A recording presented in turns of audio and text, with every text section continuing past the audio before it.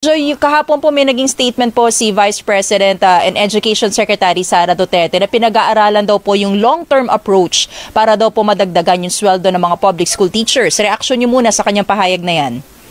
Paluna, maganda po yan na dahil at least nagbigay na ng pahayag officially ang Department of Education at sinasabi na may plano yung ating gobyerno na umentuhan ang mga guro natin although malamang hindi pa ito next year dahil doon sa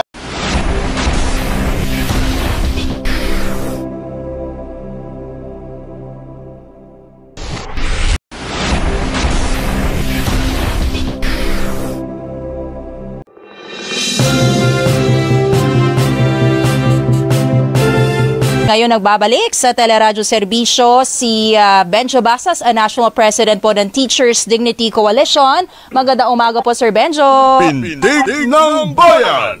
Joyce Balancho po and Johnson Manabat. Good morning po. Yes, opo. Ma'am Joyce, magandang umaga. And of course, Sir Johnson, magandang umaga po sa lahat. Oo, alam ko busy-busy ang mga teacher ngayon dahil Brigada Eskwela Week pero napaunlakan pa tayo ni Sir Benjo. Teacher Benjo, nung Brigada ba, nagpintura ka rin ng armchair? Hapon po kami nag-kick off dito sa Caloocan High School. Papinto-pinto. Tuloy-tuloy po ngayon, ina-assist natin yung mga bata at mga parents na nag-volunteer po. So ilang percent ng handa ang inyong paaralan, Sir Benjo, sa Caloocan?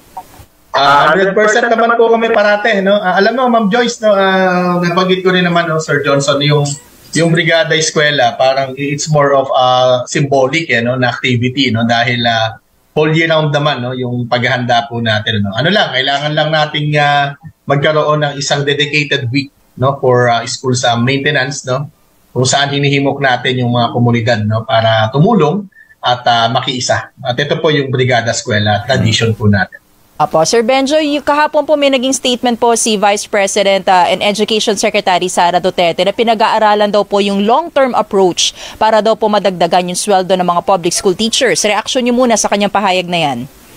Paluna, maganda po yan na dahil at least nagbigay na ng pahayag officially ang Department of Education at sinasabi na may plano yung ating gobyerno na umentuhan ang mga guro natin although malamang hindi pa ito next year dahil doon sa National Expenditure Program for 2024 mukhang hindi pa tayo mapapabilang doon sa GAA Gayunpaman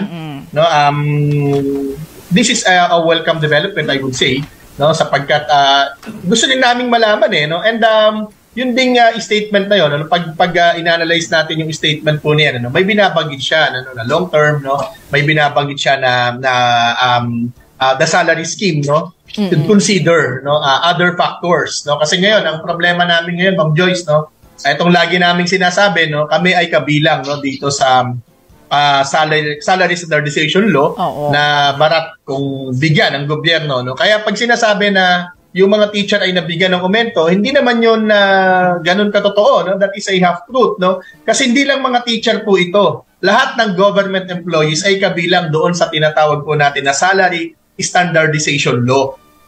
Well, beyond the salary standardization law, yun po yung hinahabol namin ever since na dapat ang sweldo ng mga guro ay may ibang iskema sapagkat we have the existing Magna Carta for public school teachers which should be the basis of compensation package for our public school teachers. At mukhang yung statement po ni VP Sara Duterte nung nakaraang araw mukhang ito po yung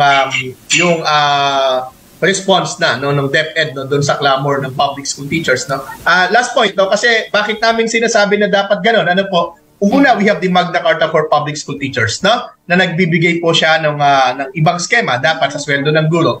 Pangalawa, ang mga nurses po natin ay iba yung salary grade nung mga pumapasok na nurses yung entry level position salary grade 15 compared to salary grade 11 ng mga public school teachers Pangatlo po, yung ating military and uniform personnel ay hindi kasali sa SSL. Meron silang sariling scheme ng pasweldo. Gayon din yung ilang mga government employees under GOCCs and GFIs. Teacher Benjo, bigyan mo lang kami ng idea dun sa salary standardization law, tuwing kailan ang nagiging increase ng sweldo ng guro? Okay, iba-iba yan, no, Sir Johnson, no, depende sa presidente natin. Ito, history, no, maiksi lang, no, pero since 2000 po, no, yung huling executive order ni Pangulong Erap, no, at yan ay pinatupad ni PGMA, no, noong 2001, no, and then since 2001 po up to 2007 wala pong paggalaw, wage freeze yung tawag natin diyan. 2007 lamang nagkaroon ng another executive order si President GMA at another noong 2008. Noong 2009, isinabatas yung SSL3. Take note po from SSL1 noong 1989, may SSL2 po tayo, no, pero hindi nito covered yung lahat ng mga government employees. Ang SSL3 uli, yung general, no, na batas para sa lahat ng government employees under PGMA. At ito ay tumakbo from 2009, 10, 11, 12. No? Since 2012 po, no, wala uling pagkilos. Wala uling paggalaw, no, nagkaroon lamang po noong 2016, no, at yun ay executive order na lang rin under President Aquino, no, noong 2012, no, so 2016, 16, 17, 18, 19, at noong 2020 po under President Duterte po. Ito yung sweldo ngayon, ito yung scheme, ito yung batas, no, na nag-govern pa rin sa sweldo ng mga government employees hanggang ngayon, no. So inaasahan po namin na sana 2024 dahil last tranche na ngayong taon na ito, no, ng SSL5. 2024 sana ay meron, pero mukhang wala po, no. At ito yung mga pinag-aaralan ng ating gobyerno sa kasalukuyan. Teacher Benjo, magkano entry level ng isang teacher ngayon, sweldo? Yung amount po, 27,000 ang basic salary po niya. So may mga kaltas pa yon, ang naiuwi, magkano na lang? Dahil meron naman po tayong national government po, meron tayong tinatawag po na allowance yung pera APA, no, na amounting to 2,000 din po, no. So more or less, no, mag-uwi pa rin yung teacher na walang utang, na bagong pasok, no, na fresh, no, na pumasok sa DepEd, siguro hindi po bababa sa 25,000. Oh, lagi pong pinagmamalaki ng DepEd. Teka lang, meron kayong SSL nga, yung increase sa inyong sweldo. Magkano ba talaga yung naging ambag ng SSL sa inyo pong salary? Magkano ang itinaas nun? Medyo malaki rin po, no. Umabot rin naman ng, if I'm not mistaken, ng 6,000, more than 6,000 pesos po, no. Since yung last tranche, no, nung 2016, no po ay umabot po tayo ngayon I'm sorry, no, since last tranche nung 2020, no, umabot po tayo ngayon ng yung bagong SSL5, no, umabot po tayo ng 27. So that's more than 6,000 po. Opo, malaking kaibahan na inyo pong sweldo sa private school kasi kahapon na kami ni Partner Johnson may na-interview, magkano 11,000 lang daw. Oo, 11,000 lang entry level ng private. Pero kung kayo po tatanungin ang mga public school teachers, magkano pa ang kailangan ninyo na itaas sa sahod? Well, ang tingin po namin at least, no, dapat pumalo man lang kahit at least sa 35,000 yung entry level po, no. May iba't ibang scheme po na pwedeng gawin dito, no. Pero yun nga po yung binabanggit namin, ano, ang hinahabol natin yung 35,000 po niyan. Yan din, no, more or less yung entry level position ng PO1, no, entry level position ng Nurse 1, ng Fire Officer 1, ano. Yan po yun, ano. Parang masyado na kaming naiwan, no. Masyado na kaming naiwan. Considering that teachers are also professionals, no, and considering that teachers, no, have, no, our own Magna Carta for public school teachers. Again, which should be the basis of our compensation package. Pero Teacher Benjo, meron ba kayong official communication sa DepEd dun sa mga position po ninyo yan? Halimbawa, yung binabanggit mong 35,000 dapat ang entry level. Alam ni DepEd yan? Yes, sir. No, in fact, yung aming 13-point Teachers Dignity Agenda, ina-submit na rin po namin sa DepEd. May mga nakausap na rin po kami, no, sa undersecretary level. No. In fact, few months ago, no, binanggit na rin po sa atin ito, no, isa nating kaibigan na undersecretary, no, na pinag-aaralan na ito. May mga group of experts na po, no, na pinag-aaralan, no, yung ating iskema ng pasweldo, no. And one good thing is, of course, yung aming proposal naman ay considered, no, doon sa mga pinag-aaralan po. Bukod po sa inyo, meron pa po bang ibang grupo na kinokonsulta ang DepEd? Kasi meron din pong yung Alliance of Concerned Teachers, lagi po nila nababanggit, hindi daw sila nakokonsulta pagdating po sa mga ganitong issues. Meron ba kayong kasamang ibang grupo na nakikipag-usap din po sa DepEd? Nung huli po, no, maraming teachers organizations po, no, I understand hindi kasama yung mga kapatid natin sa ACT, no, sa isang maiksi, no, na talakayan, no, doon sa central office din. Ano ba? Pero this is our initiative po, no. This is our initiative, no. Kami po yung humihingi, no. We seek, no, for this dialogue, no, we seek for these talks, no? And of course, no, yung meetings, no, para po pakinggan, ano, at isang ano diyan, Ma'am Joyce, isa naming pwede kong sabihin na napakalaki ng tulong talaga, no. Opo. Yung kapatid kayo, no, kapatid natin sa media, and of course, even yung both houses of Congress, kasi kung hindi man kami kinakausap ng DepEd, no, matagal naman kami hindi kinausap ng DepEd, ano po, ngayong mga panahon na to, kinakausap kami at least, no, ng ating mga officials, no, sa central office na mga undersecretary, assistant secretary, no.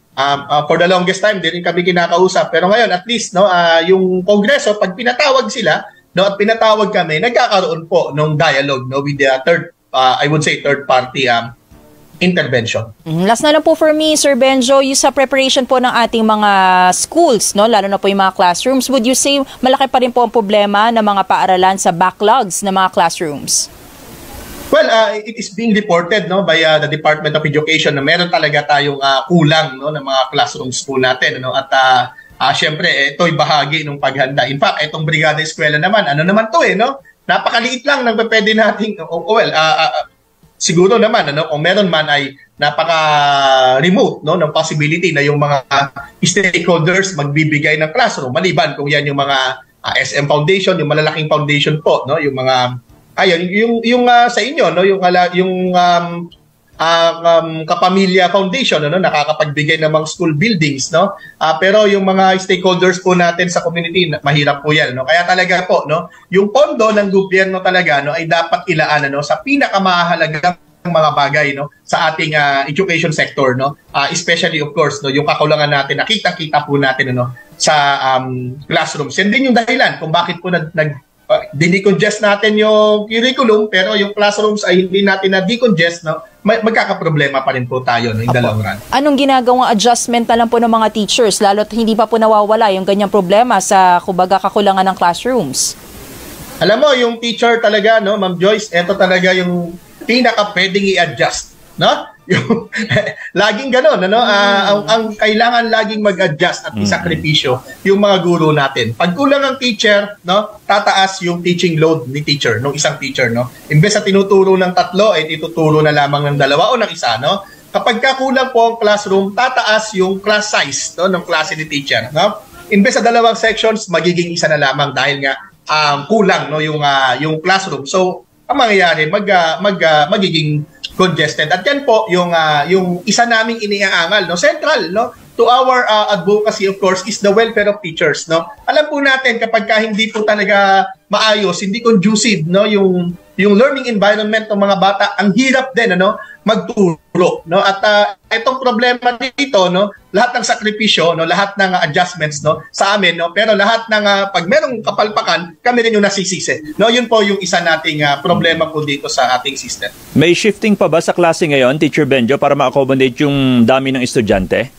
Yes sir, no, yes sir. That is normal po, no, na scheme yan, no, dito sa, lalo na sa Metro Manila at sa iba pang mga malalaking mga syudad, no. Almost ang entire Metro Manila po ay may shifting po. Alright, sige po, maraming salamat po. Yan po si Sir Benjo Basas, Thank you, National sir. President ng Teachers Dignity Coalition. Kung meron man kayong mga komento tungkol sa mga isyong ito, maaari kayong magbigay ng mga reaksyon sa comment section na makikita sa ibaba ng bidyong ito. Maraming salamat, at kung ikaw ay interesado ng mga bidyong tulad nito, mangyaring suportahan ang channel na ito sa pamamagitan ng pagpindot ng like, pag-share ng mga video, at kung bago ka pa lang sa channel na ito, please subscribe sa channel na ito at pindutin ang notification bell at piliin ang all upang maabisuhan ka para sa mga paparating pang mga videos.